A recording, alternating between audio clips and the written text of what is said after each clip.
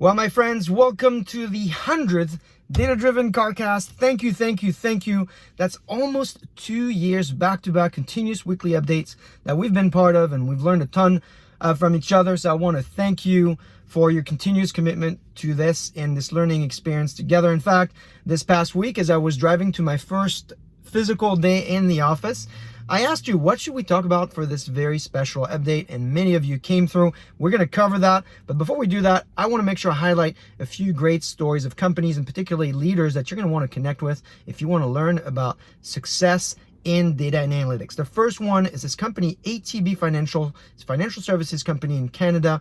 You need to read about it and connect with their head of data and AI, Dan Siemens. In a post, he explains how he has saved the company $24 million Canadian dollars and generated $4 million building what he called DEEP, D-E-E-P. This is a data exposure enablement platform, moving data from SAP into a real-time data acquisition system for data enrichment, self-service analytics, and automation. Just an incredible story, and I hope that you're going to take a look at it. A few stats about this company: 800,000 customers, 40 plus ML models, 20,000 AI assisted conversations per month. You're going to want to know about how they did it with such amazing scale. Second, if you're a gamer, you're going to love the story of Activision and a new system called Activestat. This is a system for fans, real-time analytics in milliseconds. In the piece from VentureBeat, which is very well written about the journey of this company, they talk about how that's contrast to how stats were available for fans after a day or more of processing. Here we're talking milliseconds to seconds.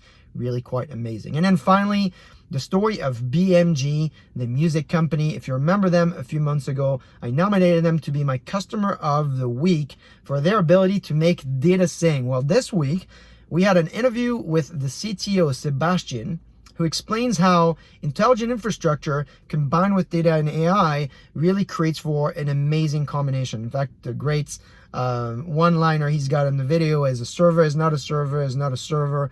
So you can learn a lot from that, and Sukmani did a great job interviewing Sebastian. So take a look at that interview, which happens actually to connect with a question I got from one of you this week, from Adam Turner, on how does AI and data use case from one industry impact another one. Here, I think we've got a prime example of that, Adam. A music company talking about the intelligence infrastructure and doing that at scale. A gaming company embracing real-time ingestion and reporting. A few months ago, we had another company called Face It that was looking at 10x improvement for analytics. And then finally, this financial institution started with that embrace scale as they modernize, not as they lifted and shifted, but as they modernize their journey to the cloud. So hopefully, Adam, these are great examples of what I think you're trying to tell us here, which is when you're in one industry, look left, look right, because you can learn from other industries as well. You don't have to just be siloed into your one industry.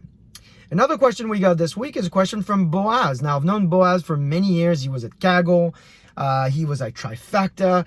I tried to hire him many times at my startups. Now he lives the Vida Loca in Barcelona. He is in charge of strategic accounts for Workato. And so he had this question on how is analytics and automation, how these two things can come together.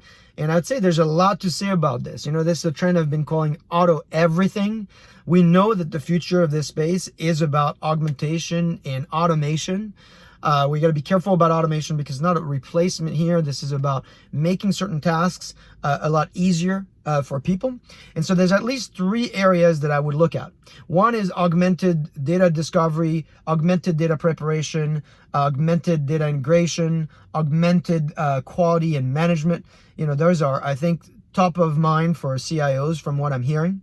There's also the second trend of enriched information and processes. So here I think about augmented transactions, augmented data warehousing generation, augmented or automated data detection. I think that's also an important trend. And then finally, this idea of accelerating adoption. You know, we need technology to get us beyond the 50% adoption line, which is where we have been kind of stuck. 10 years ago, I think it was 30%. Now we're at 50%, which is still very low. How about automatically searching and visualizing and narrating findings without having to create models. I know my friends at Narrative Science are going to love this comment here. And then, of course, the holy grail, I think, is auto insight generation and even auto decision making. Over a decade ago when I was at Business Objects, we had this idea of building recommendation systems that would create an opt-out for you as a decision maker. Basically, here's what we think based on the information we have needs to happen next. We're about to make the decision for you. Decide to make the decision or not. Really important and powerful concept here. So now I'm going to turn it to you. Maybe you have better answers to Boaz and Adam's questions. I can feel that people like Mike and Cassidy and Krishna and Scott's, for instance, will have great insights on those things. So I'm going to tag them for you guys. And then hopefully they have a few more things to say about it, either directly via DM or in comments down here. And I will see you next week.